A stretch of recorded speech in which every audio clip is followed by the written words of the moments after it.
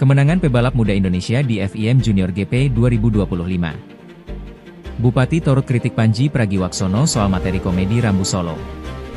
Koalisi Advokasi Jurnalis Sulsel kecam gugatan 200 miliar rupiah mentan ke Tempo. Aset 55,8 miliar rupiah jadi alasan pasar Panampu kerap decline.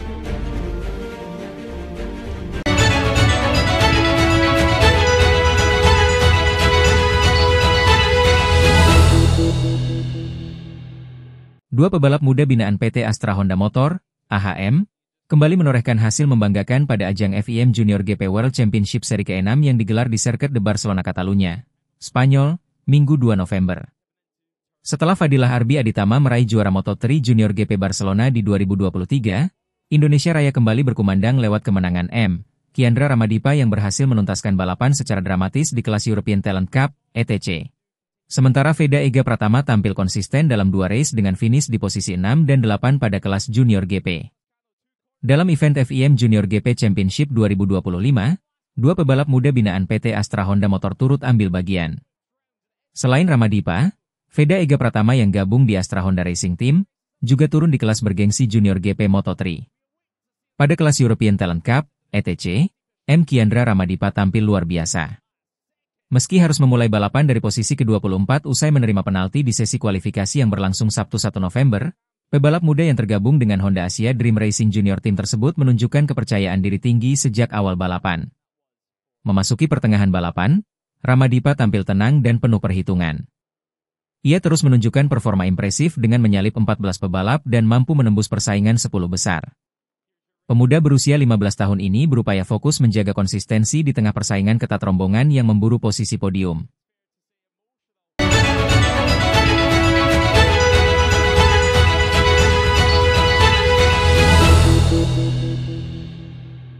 Bupati Toraja Utara, Frederick Palimbong, turut menyampaikan kritik terhadap komika Panji Pragiwaksono yang dianggap melecehkan adat Toraja melalui potongan video stand-up komedi lawas yang kembali viral di media sosial.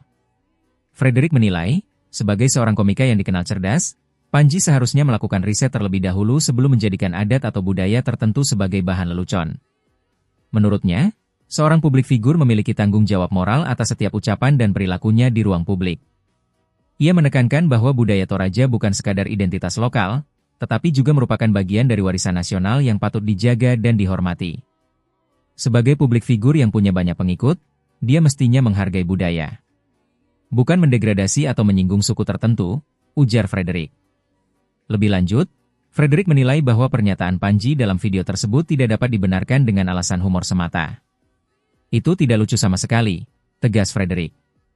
Sebelumnya, sejumlah pihak juga sudah turut menyuarakan kritik dan kecaman atas potongan video lawas komika Panji Pragiwaksono yang mendadak viral di media sosial. Video tersebut memicu kemarahan masyarakat Toraja lantaran Panji melontarkan materi stand-up yang dianggap menyinggung tradisi Rambu Solo, upacara adat kematian khas Toraja. Meski belakangan diketahui bahwa video tersebut merupakan rekaman lawas yang direkam sekitar belasan tahun lalu, cuplikan yang diunggah ulang di berbagai platform sosial media, seperti Instagram dan TikTok, memunculkan gelombang protes dan kecaman dari masyarakat Toraja. Dalam potongan video itu, Panji menyebut banyak warga Toraja jatuh miskin karena memaksakan diri menggelar pesta kematian, bahkan menggambarkan jenazah keluarga yang belum dimakamkan dibiarkan terbaring di ruang tamu. Potongan video tersebut menuai kecaman, terutama dari kalangan masyarakat Toraja yang menilai pernyataan Panji melecehkan nilai-nilai budaya dan adat mereka.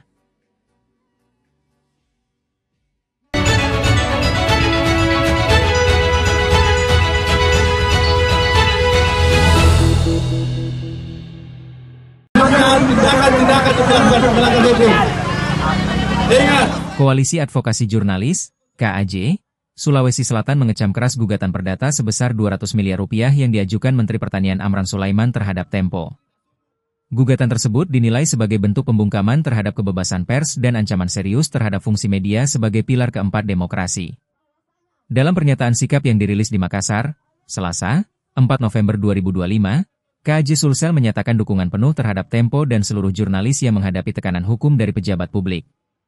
Kami menyatakan solidaritas penuh terhadap Tempo dan seluruh jurnalis yang tengah menghadapi gugatan perdata yang diajukan Menteri Pertanian Amran Sulaiman di Pengadilan Negeri Jakarta Selatan, tulis pernyataan resmi KAJ Sulsel. Koalisi yang beranggotakan AJI Makassar, IJTI Sulsel, PFI Sulsel, Dan Lebih Pers Makassar itu menegaskan bahwa penyelesaian sengketa pemberitaan seharusnya dilakukan melalui Dewan Pers, bukan jalur pengadilan. Sesuai Undang-Undang Nomor 40 Tahun 1999 tentang Pers, setiap sengketa pemberitaan wajib diselesaikan melalui mekanisme hak jawab, hak koreksi, atau Dewan Pers sebagai lembaga mediasi, tegas KAJ. KAJ juga menyoroti bahwa Tempo telah menjalankan rekomendasi Dewan Pers terkait laporan berjudul Poles-Poles Beras Busuk, edisi 16 Mei 2025, sehingga gugatan ke pengadilan dianggap melanggar mekanisme hukum pers yang berlaku. Fakta bahwa sengketa antara Tempo dan Amran Sulaiman telah diselesaikan melalui Dewan Pers dan Tempo sudah menjalankan rekomendasi secara resmi. Ini seharusnya menutup ruang bagi gugatan hukum lain di luar mekanisme tersebut, bunyi pernyataan itu.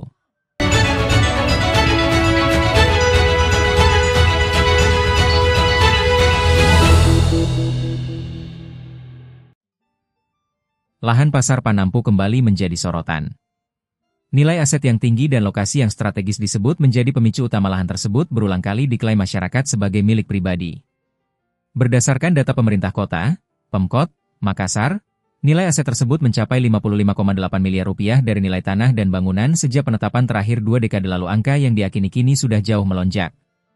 Sekretaris Dinas Pertanahan Makassar, Daniati, mengungkapkan lahan pasar Panampu memiliki potensi ekonomi yang sangat besar. Aset tersebut tercatat dalam Keputusan Wali Kota Makassar Nomor 741 Tahun 2003 tentang pemisahan sebagian barang milik daerah kepada perusahaan daerah Pasar Makassar Raya. Nilai itu dihitung 20 tahun lalu, jadi kalau dinilai sekarang tentu jauh lebih tinggi. Aset ini sangat strategis dan ekonomis karena berada di kawasan padat aktivitas perdagangan, jelas Daniati, Senin 3 November.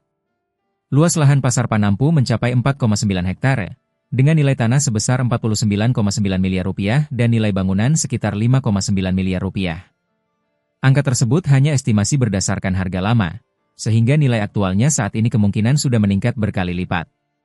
Menurut Daniati, tingginya nilai ekonomi dan posisi lahan di jantung kawasan perdagangan menjadi alasan utama mengapa banyak pihak mengklaim kepemilikan atas aset tersebut.